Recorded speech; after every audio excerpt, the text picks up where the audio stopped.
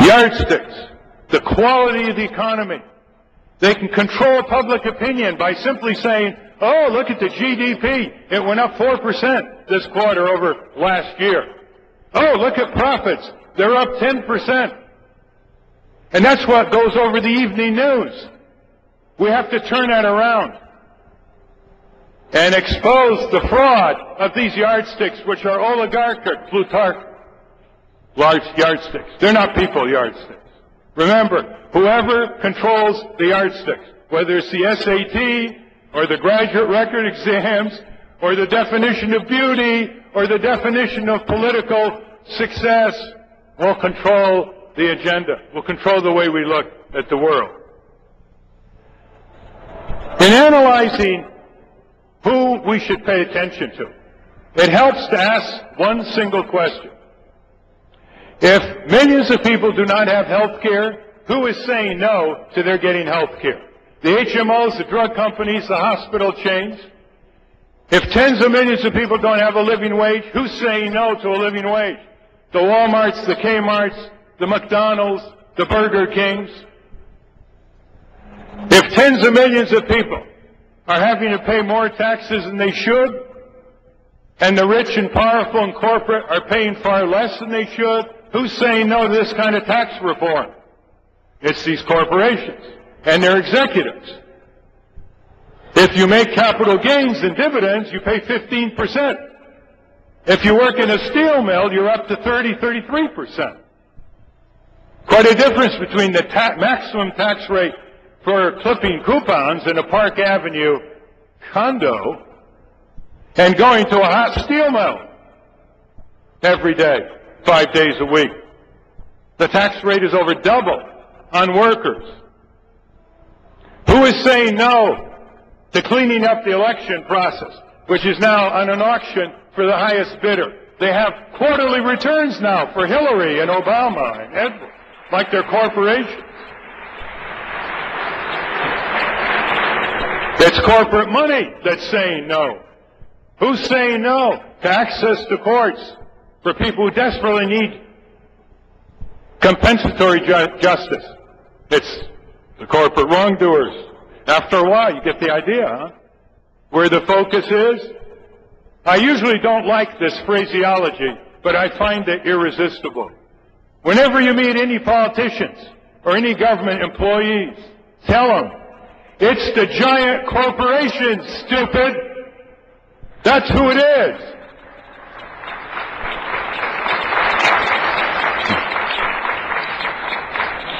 Now, what are the final yardsticks that show that this economic system, dominated by fewer and fewer large corporations who have no allegiance to our country other to control it and the communities within it, or abandon it as they see fit?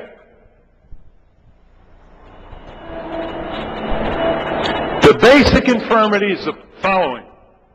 It doesn't matter how much the economy grows as long as the distribution of the benefits of that economy cycle back to the top 5 and 1% of the richest people in the country and their corporations.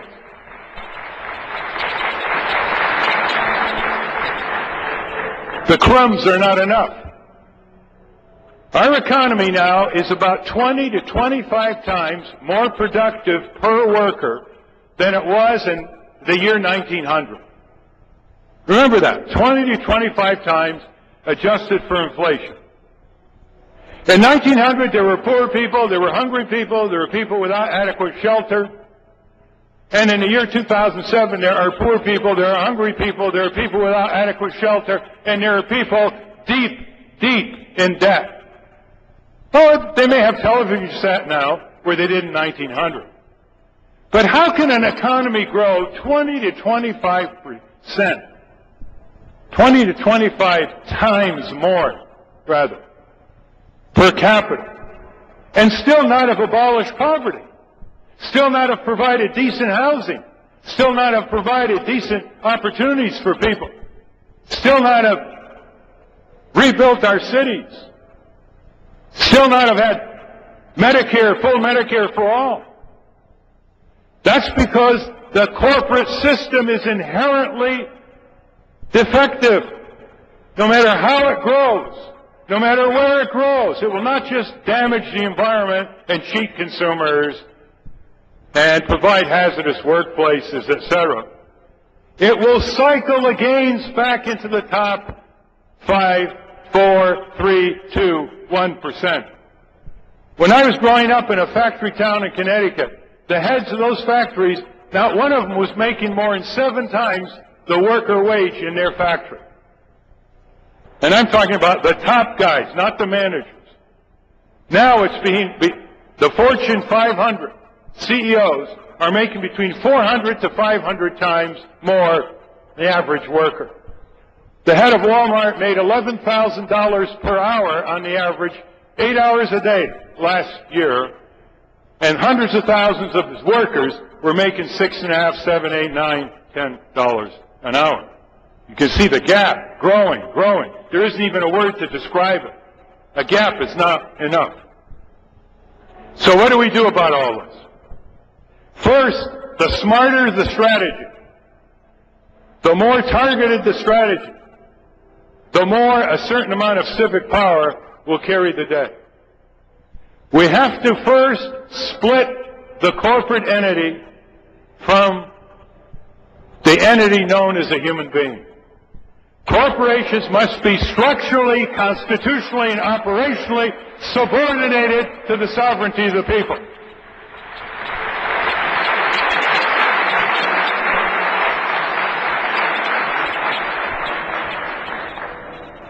They should be prohibited from contributing to elections, from testifying as corporations, from participating in politics. How did we ever get in this situation? Some Supreme Court decision in 1886 decided that corporations were human beings for purposes of the Constitution. Talk about right-wing judicial activism. It wasn't even argued by the lawyers in the Supreme Court. They just decreed it. The railroad company, in this case, was considered a person for purposes of 14th Amendment. What kind of society is it that gives inanimate entities, whether it's a robot or a corporation, we're not talking about the people in the corporation, the same rights that we have? Corporations don't vote. They don't die in Iraq. They don't have children. They shouldn't have these constitutional rights. We got to make that a dialogue, a conversation from the local grocery store all the way to Congress.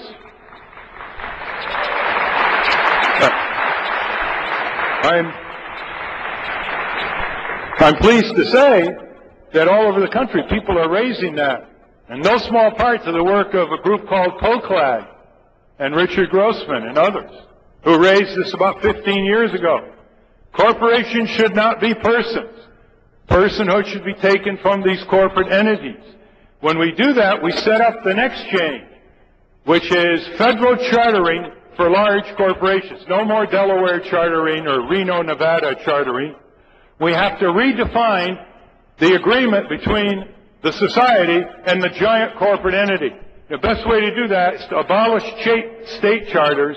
Corporations are not created by investors. Investors fund corporations. They're created by state government charters, and have them nationally chartered following a very extensive public debate and congressional hearings.